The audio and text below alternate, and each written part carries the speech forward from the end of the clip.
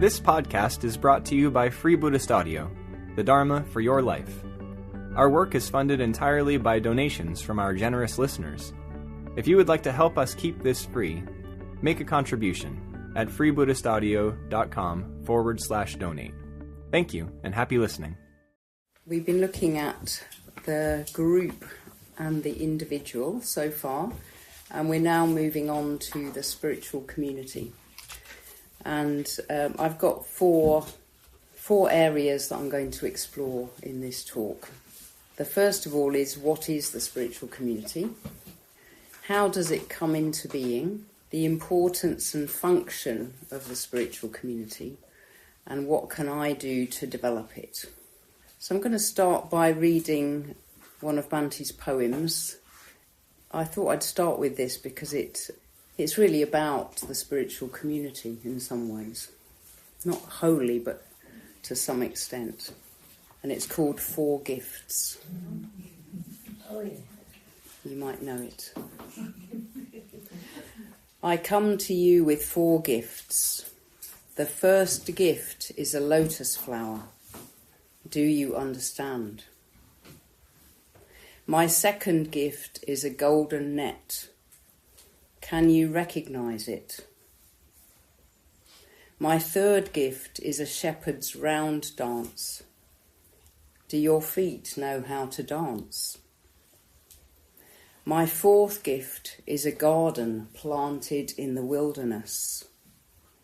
Could you work there? I come to you with four gifts.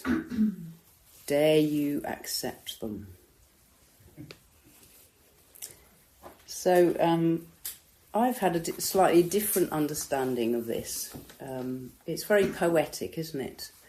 I've had a slightly different understanding of this from the one which Bhante presents in some talks that he gave quite a long time ago, which is summarised in a little booklet called Buddhism for Today and Tomorrow.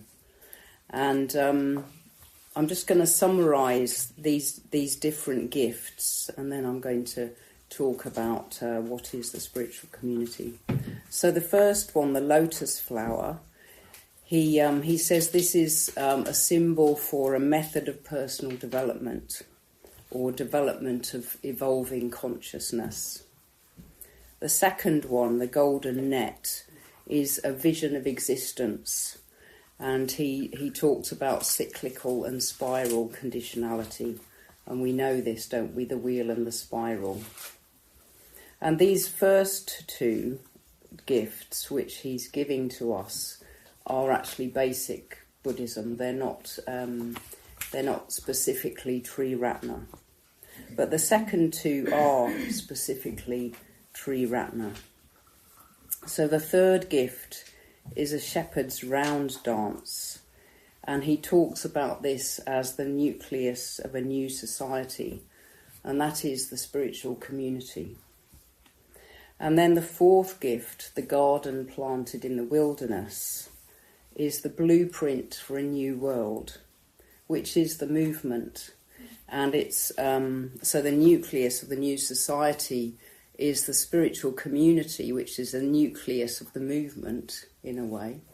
And the movement, the blueprint for a new world, is this model of a different way of living, which is Buddhist centres, team-based right livelihoods, communities, retreat centres, any kind of structure or institution of the movement. And I'm going to go into these second two in a lot more detail. So Sangharakshita says in one of these talks, the more you become an individual yourself, the more you relate to others as an individual, and on the basis of common spiritual ideals. Within the context of the order, this means relating to other order members more and more on the basis of a common spiritual commitment to the three jewels. There is thus the possibility of two kinds of society. On the one hand, a society of individuals based on common spiritual ideals and a common commitment to personal development, and on the other, a society of non-individuals who are simply members of various groups. The first type of society is what I'm choosing to call a new society. So on this retreat, we've looked at the group and the individual, and we've heard about the positive group as something that emerges out of a group of people who are developing as individuals.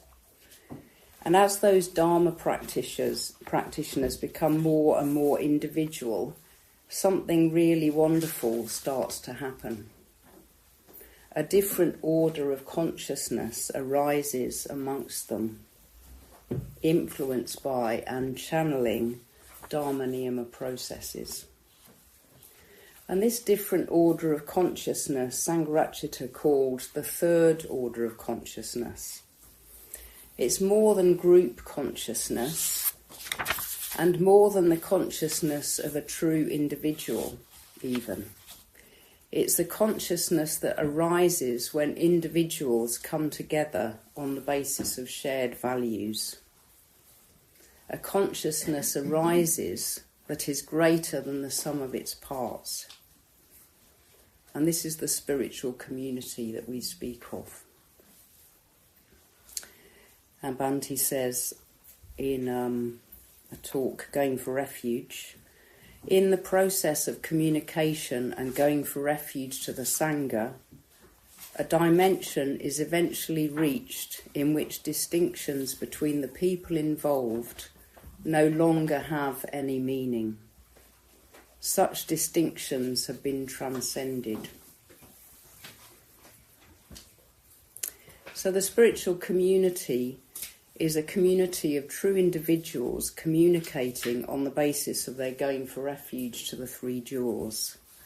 And he talks about, and you might have heard this already, a vital mutual responsiveness across a chasm based on shared ideals and values. A vital mutual responsiveness. And it comes about when these people are individual enough to be able to communicate and act together for the greater good, for something beyond themselves. And this isn't a kind of martyred doing good, or it's not self-promoting. The self isn't a concern in this context. And I've heard Subhuti saying that he's noticed that this kind of sense of community, or you could even say communion or communication, it can come and go in Triratna. So it arises independence on causes and conditions. So for a time it might exist when people are working intensively together on a common project.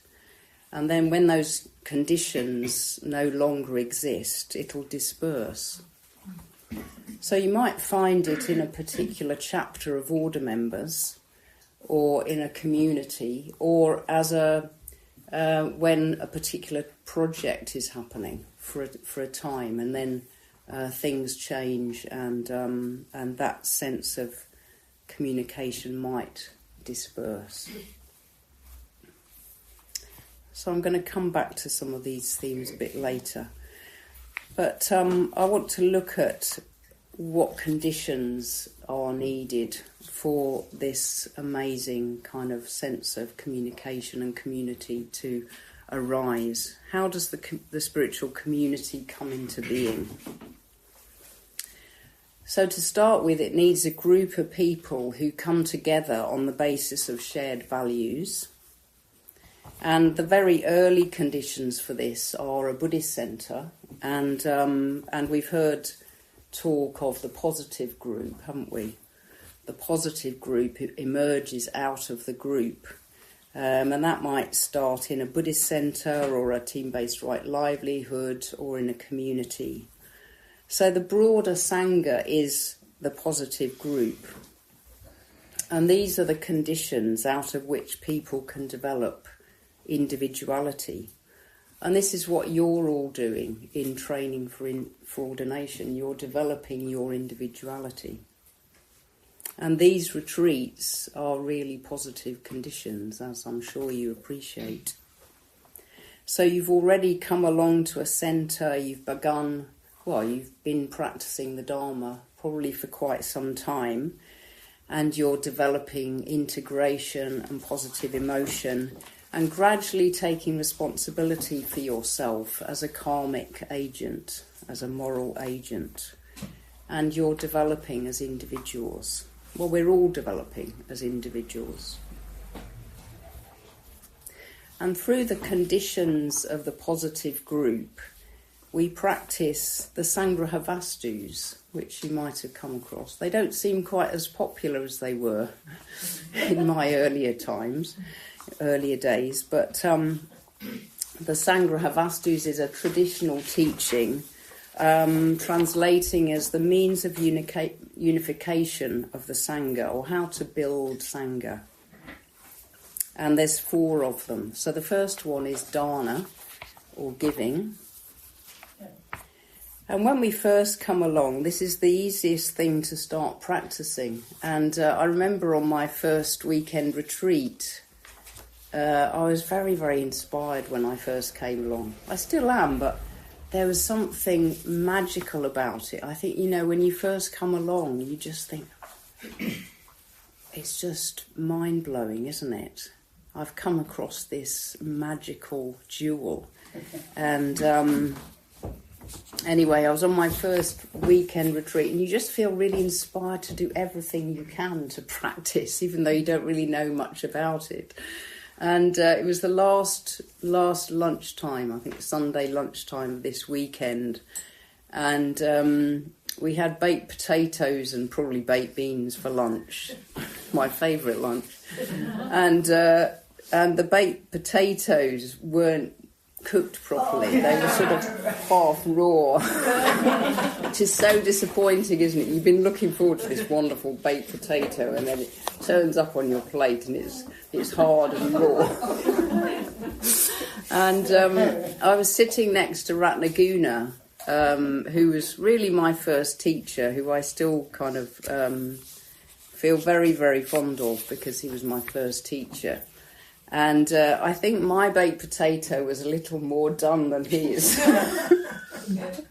So I made the enormous sacrifice of giving him my baked potato in return for his. And it was just because I was inspired by this idea of generosity. It was like my first experience of consciously trying to practice the Dharma. It's really stuck in my mind.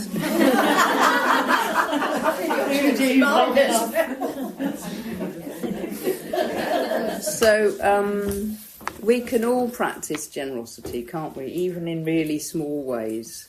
And I remember hearing that Dada Rinpoche had once said that if you can't do anything else, just be generous. So even if I'm in a really awful mood or feeling really grumpy, I still try and do something like make somebody a cup of tea or something. And it immediately takes you outside of yourself, doesn't it? And then the second Sangraha Vastu is Priyavadita, or kindly speech. And kindly speech creates an atmosphere of warmth and friendliness, doesn't it? It builds up trust between us, and that grows and spreads.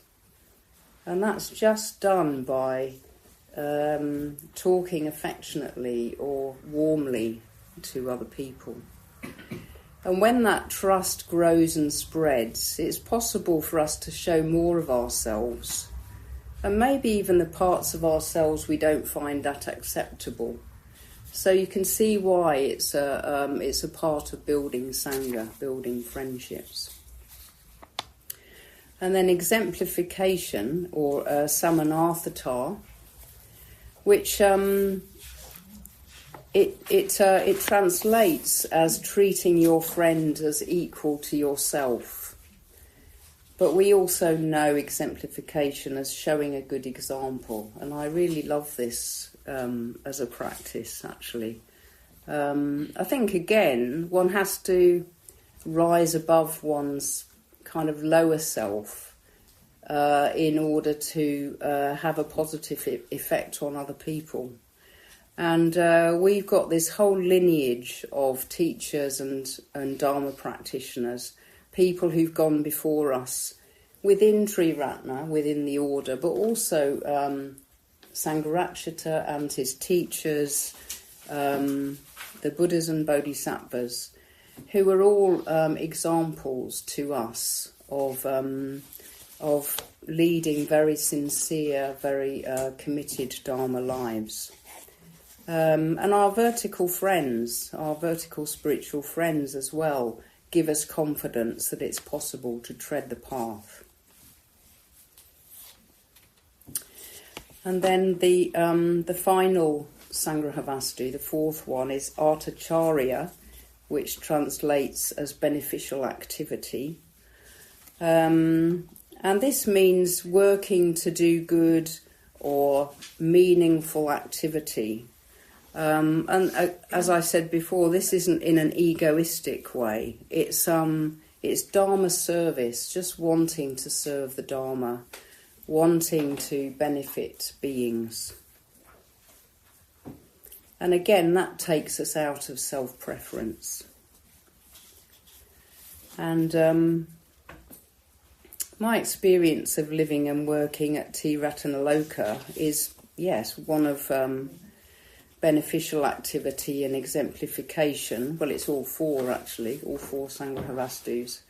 And I think it's probably been the most growthful time in my order life, in my whole Buddhist life, the last 12 years that I've been living and working here. And it's largely because in order to do things for others, in order to provide conditions for other people to grow, one has to just step outside of oneself. One has to go beyond self-preference and go beyond wanting things for myself, wanting to have a comfortable life. Go beyond my own small preoccupations. And I hope you might pick this up as a theme throughout this talk, actually, that, just doing things for other people takes us beyond self. So we're still looking at the conditions which brings the spiritual community into being, and another very, very important condition is we need a teacher. We need a teacher to draw people together into a sangha, and we need a teaching or teachings. So we have the Buddha and Bhante as our teachers. And then we need a common vision. We need a common vision, a vision that's shared amongst us, that's bigger than ourselves and our own life. And this is one of the things that Bhante draws out in his poem, The Four Gifts, a vision of a new society which draws us together around higher values, altruistic values, which bring us together and inspire us to go beyond ourselves.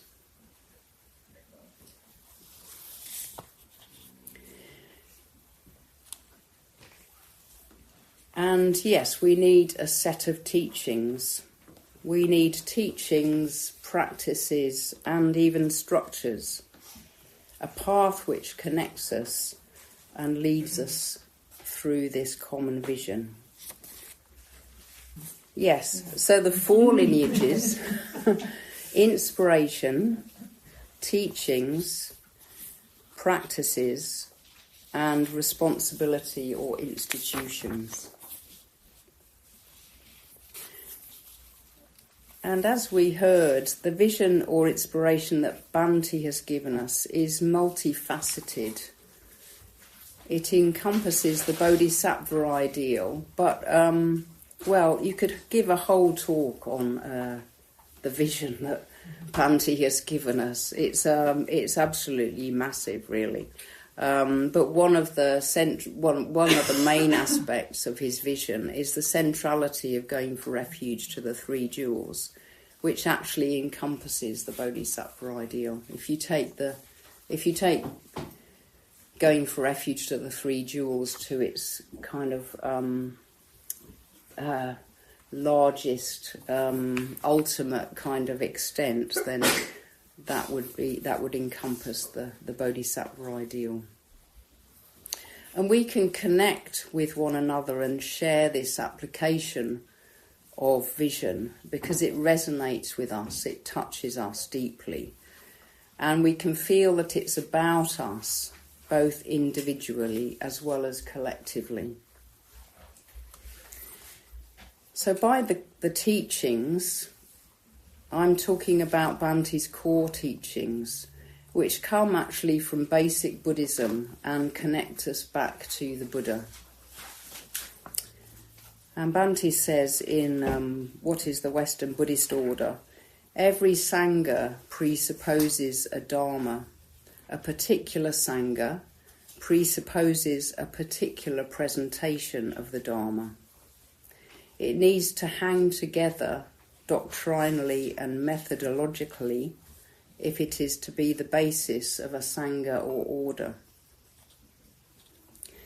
So he's given us a particular presentation of the Dharma, and he talks about this as both doctrine and method. So in terms of doctrine, you're probably all familiar with these different teachings. He's given us, he's presented to us, the Buddha has given us, Praticca Samutpada, and out of this come the Four Noble Truths, the 12 and 24 Nidanas, and also he says teachings concerning Nirvana, Anatman and Shunyata. And these all go back to the Buddha. And then in terms of method, Bhante's given us, they all centre around the act of going for refuge to the three jewels. So we have the 5 and 10 precepts, the 7 and threefold pujas, the system of meditation, and we have group study of Buddhist scriptures, spiritual friendship, the arts in the spiritual life, which is also something that Sangharakshita has drawn out. So we've got this rich array of practices and teachings, and we're incredibly fortunate. The longer I carry on, actually, in my Buddhist practice and my life, and the more I read of Bhante, I just realise how fortunate we are and how radical his teachings are. And I think we can take it for granted because it's all here, it's all been laid out for us. So Subhuti talks about this, what we've been given and the importance of really valuing that, and the importance of how that connects us in the Sangha. And he stresses the importance of staying connected with these teachings. He says there needs to be unity and cohesion with each other in the Sangha. And he presents this in the Commonality of Practice paper. And he says, that the basic principle for unity is that we adhere to right view, which is a vision of Buddhahood and the path leading from suffering. And he quotes the Buddha as saying, in the Kosambhya Sutta, There are 6 principles of cordiality that create love and respect and conduce to cohesion, to non-dispute, to concord and to unity. Of these 6 principles of cordiality, the chief, the most cohesive, the most unifying is this view that is noble and emancipating, and which leads the one who practices it in accordance with it to the complete destruction of suffering. So it's really important that we develop as individuals and we develop our thinking, that we practice clarity of thinking and mindfulness in our thoughts and adhere to right view. But this commonality of practice doesn't mean that we all have to be the same or look the same. And just looking around the room in at an order weekend or a convention, I think this is quite easily identifiable. We're all quite different, really. We don't all have to be the same. And being part of Triratna is a call to becoming increasingly more individual, as we've been seeing. We practice the Dharma in the way that we feel is expressing our truest nature, if you like. And this is expressed in Bhante's teaching of commitment being primary, but lifestyle secondary. Secondary, but not unimportant. And we all practice in our own way, but we stay true to Bhante's basic teachings, the doctrine and the method of his teachings. And these are all conditions for the spiritual community to arise.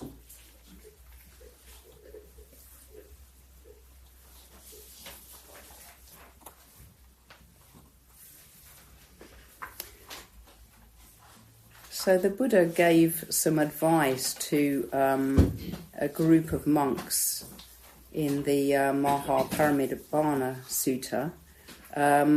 He was talking about what conduces to social stability.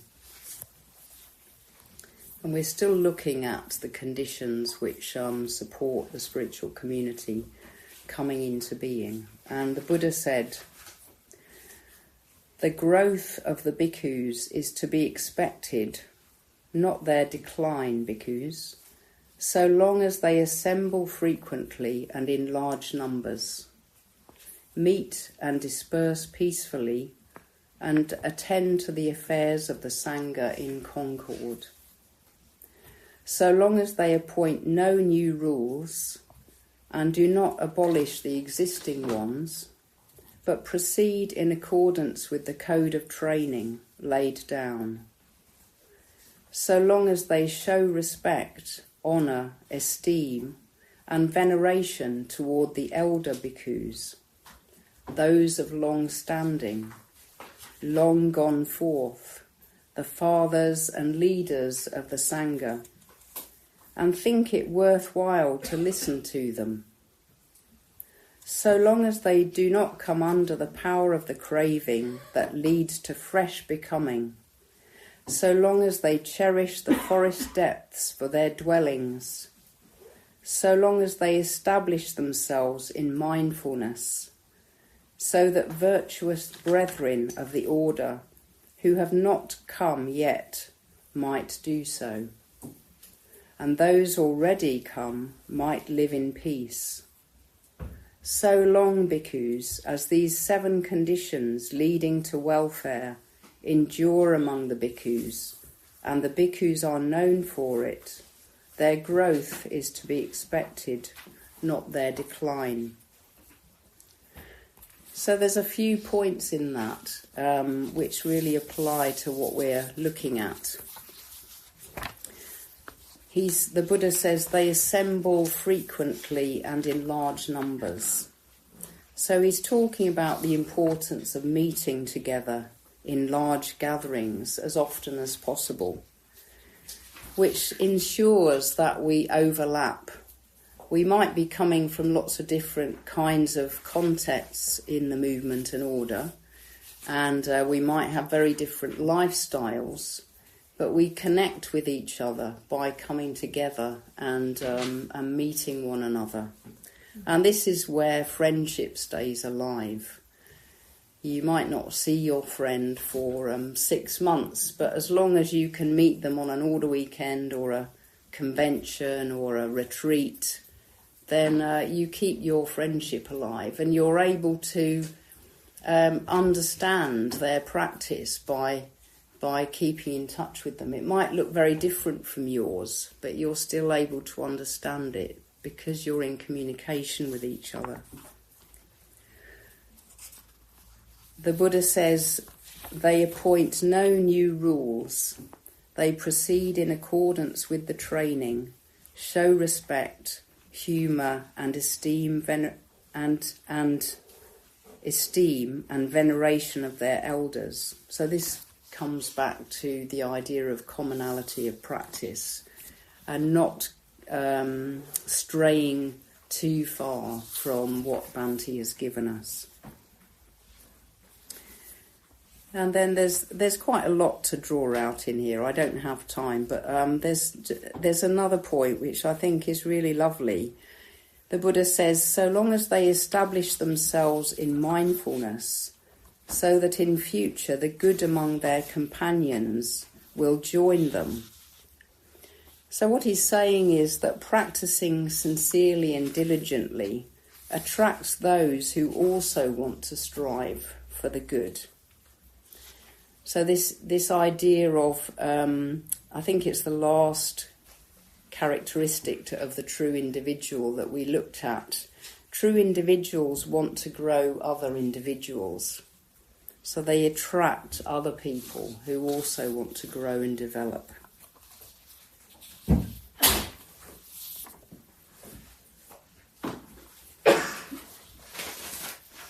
So moving on to another area, the importance and function of the spiritual community. Hopefully it's obvious by now. I'm going to say a little bit about it. The spiritual community is a medium through which the Dharma can flow and take hold in the world. And we all want this, don't we? The world needs the Dharma. The spiritual community isn't built just in order for there to be a spiritual community. Although developing living beings is its aim, but it's because it's a medium through which the Dharma can flow. So obviously these two aren't separate. And Bhante says in What is the Sangha, when Buddhists come together in the true spirit of the Sangha, there is then the possibility of inhabiting, for a while at least, the Dharma Dhatu, the realm of the Dharma. Just read that again. When Buddhists come together in the true spirit of the Sangha, there is then the possibility of inhabiting, for a while at least, the Dharma Dhatu, the realm of the Dharma. It's quite a mysterious statement. So members of the Sangha meet on the basis of the Dharma. They talk about the Dharma and practice it, but it goes much further than this. In a spiritual community of true individuals, there's an embodiment of the Dharma.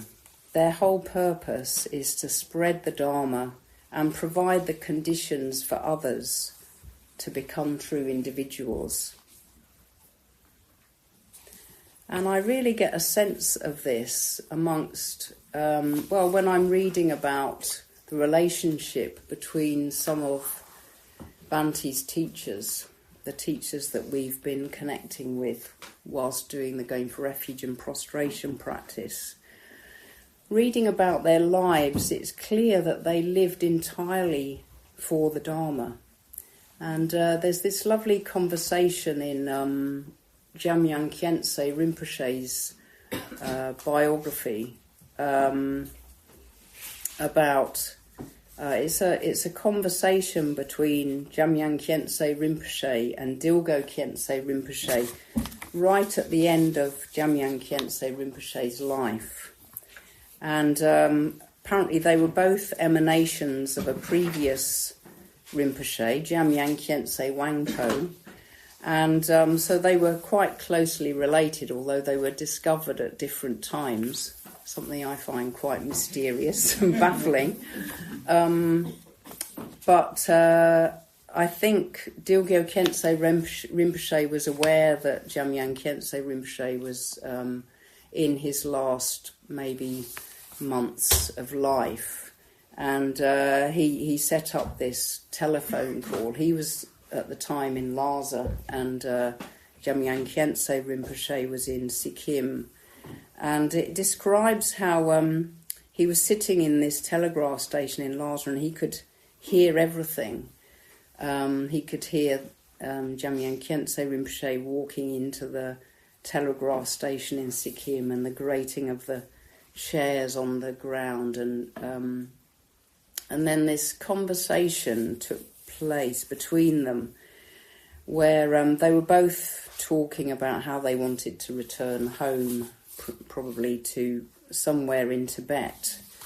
I don't know why he was in Lhasa, because he was exiled at the time, but anyway. And then Jamyang Khyentse Rinpoche was just, most of their conversation was just about him impressing on Dilgo Khyentse Rinpoche the importance of giving certain detailed and complete empowerments of particular teachings, because he really didn't want them to be lost. You know, if they didn't get passed on, then they'd be lost. And it was so clear that their life's work was to keep alive the lineage of Tibetan Buddhism. There was this passion between them that was what was most important. And it was just significant to me that, that was their last conversation before Jamyang Khyentse Rinpoche died. He was just really, really... he really wanted to impress upon Dilgo Khyentse Rinpoche the importance of passing on these teachings. And another example, Dado Rinpoche, before Bhante left India fully to come back to the West, Dado Rinpoche had really wanted Bhante to come back to the West in order to teach the Dharma over here. He couldn't do it himself, but it was very important that somebody did. And he gave Bhante his blessings. He gave Bhante the Bodhisattva ordination and the White Tara initiation. And interestingly, they didn't write or communicate with each other after Bhante left India. And Bhante once said that he didn't feel a need to write to Dado Rinpoche. He felt that they were in communication with one another. And I really believe that. Again, this sort of communication on the basis of the Dharma that was so important to them. And it brings to mind an expression which was coined on the 2013 Indian Order Convention, Sangakaya, which you might have come across, which means body of the Sangha. And it describes when people are working and practicing together very intensively, there's this sense of cohesion and cooperation, where the sense of separation or separateness breaks down, and there's even a touch of the transcendental present. And it's likely, the conditions on retreat are good conditions for this to happen. And I remember a friend once telling me about the first international retreat that was held at Taraloka. Some of you might even have been on it. It was a kind of a combination of Buddhafield, the Chairs Assembly and Taraloka all working together to put on this great big retreat. I think you were on it, weren't you? In Taraloka's fields. They even rented some of the farmers' fields to make it even bigger. And I think they were expecting about 500 people. This core team of people from those three bodies hadn't ever worked together. They might not have even met each other before. So Buddhafield were providing the food and the infrastructure, finding ways of putting water into the field and toilets, etc., etc. My friend who was part of this core team said it was probably one of the most intensive experiences of Sangha that he'd ever experienced. And he was an experienced order member at the time. And I think because of the sort of enormity of the task and the fact that it was only for about 4 days, it meant that they all had to just completely devote themselves to that task and go beyond self-preference. That's an experience that I've heard about. I've also had experiences myself. I didn't check this out with you before, but I'm going to say it anyway. So Vajratara and I had an experience at Akashavana this autumn, where and it was quite extraordinary actually. I think both of us separately had some things that we were working with, some challenge in our experience. And one evening before a puja, I think Vajratara rejoiced in the merits of Punyamala very, very fully and very beautifully. Punyamala had actually intended to be leading that retreat herself, but was unable to do so. So anyway, so she was quite present in the retreat. And Vajratara rejoiced in her merits very fully. And then, while I was listening, I thought, she's invoking Punyamala. And that night, I was lying in my tent on the hillside, and I woke up, and I had this extraordinary experience of this benign presence enveloping me. And I thought, it's all going to be all right. And Vajratara was down a couple of terraces in her tent. And I thought, I hope she's experiencing this too, because this is what she needs. And actually after that, everything was fine, wasn't it? We overcame whatever the challenges were and everything was fine. That's very mysterious, isn't it? But I think that is Sangakaya.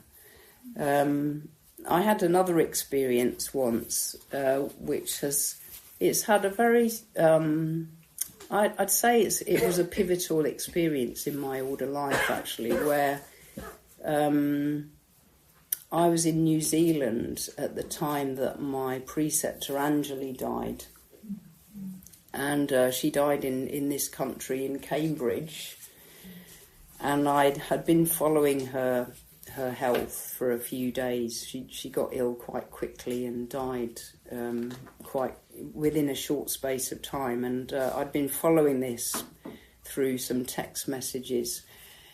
And then I got this text saying, she has died. So I thought, okay, I'll just go, and I was in this family situation with my family, and I'll just go and sit on my bed, the kids around in the background and telly on and that kind of thing.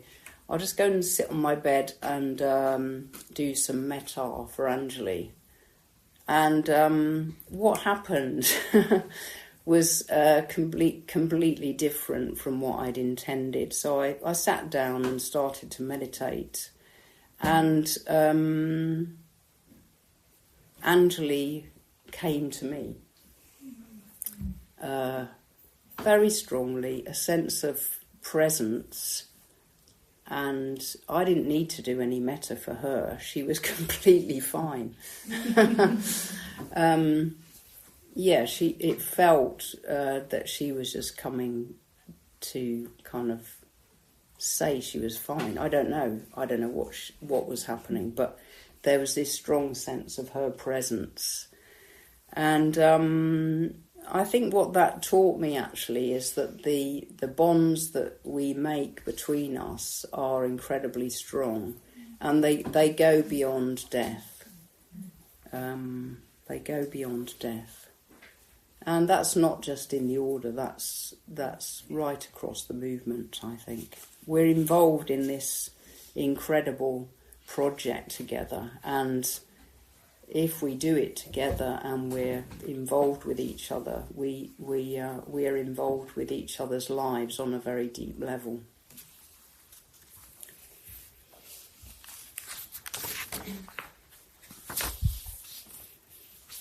So I'm just going to rapidly move on. I'm going to read this.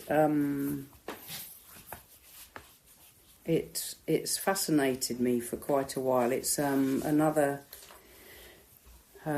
piece from Bhante, from the Essential Sangharakshita. The enlightenment experience is not self-contained in a one-sided way. This is about communication. The enlightenment experience contains an element of communication and contains, therefore, an element of spiritual friendship, even transcendental friendship, or friendship of the highest conceivable level. This, perhaps, is the significance of the Buddha's having a constant companion in Ananda.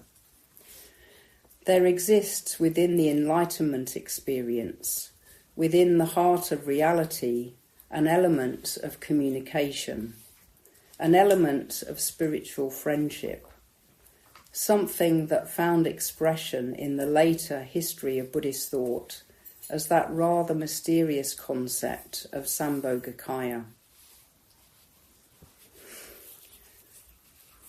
So I've been saying that the spiritual community is the medium through which the Dharma can flow through the world. And the importance and function of the spiritual community, this gathering of true individuals and aspiring individuals, is to enable this to happen on an even deeper or higher level when the bodhicitta emerges within the spiritual community. So how do we bring about this spiritual community? What can I do to develop the spiritual community? How do we create the conditions for it to arise? We work on teams together. We train for ordination, coming on these Going for Refuge retreats. And you'll have noticed, if you haven't been on one of these Going for Refuge retreats before, there's a tangible change in the atmosphere, isn't there? Because everybody's focusing so strongly on their Going for Refuge to the Three Jewels. We engage with one another in communication. We develop friendships in kulas, in communities, on retreat. And some of us live and work together in intense situations. Intensity is really important. Even though we might want to shy away from it, it's really crucial that we have intensity in our life somewhere. Subhuti asked, how did Bhante develop spiritually to the extent that he did? He had intensity in his life. It was in his Dharma practice Dharma service, Dharma lifestyle. Subhuti coined these three, this phrase of describing the intensity that Sangharakshita had. Dharma practice, Dharma service, Dharma lifestyle. And I haven't got time to go into those, but you can ask yourself, you can reflect on that yourself. Bhante was often alone, and interestingly, he didn't have a Sangha for quite a large part of his earlier Buddhist life, which is another extraordinary thing about him, really, that he created a Sangha when he hadn't had an experience of it himself. We're very lucky, we're very fortunate. We not only have our own personal practice, but we also have the context of the Sangha. So we can ask ourselves, do we have enough intensity in our lives?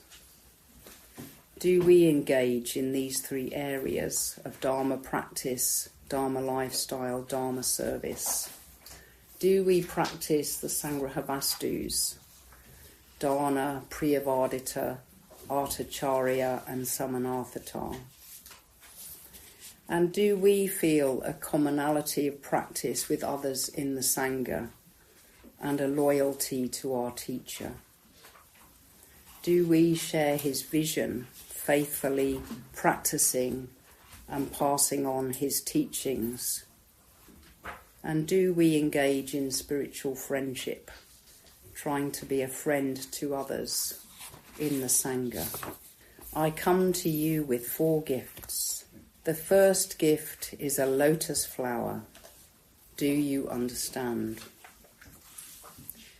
My second gift is a golden net. Can you recognize it? My third gift is a shepherd's round dance. Do your feet know how to dance? My fourth gift is a garden planted in the wilderness. Could you work there? I come to you with 4 gifts. Dare you accept them? We hope you enjoyed this week's podcast. Please help us keep this free. Make a contribution at freebuddhistaudio.com/donate. And thank you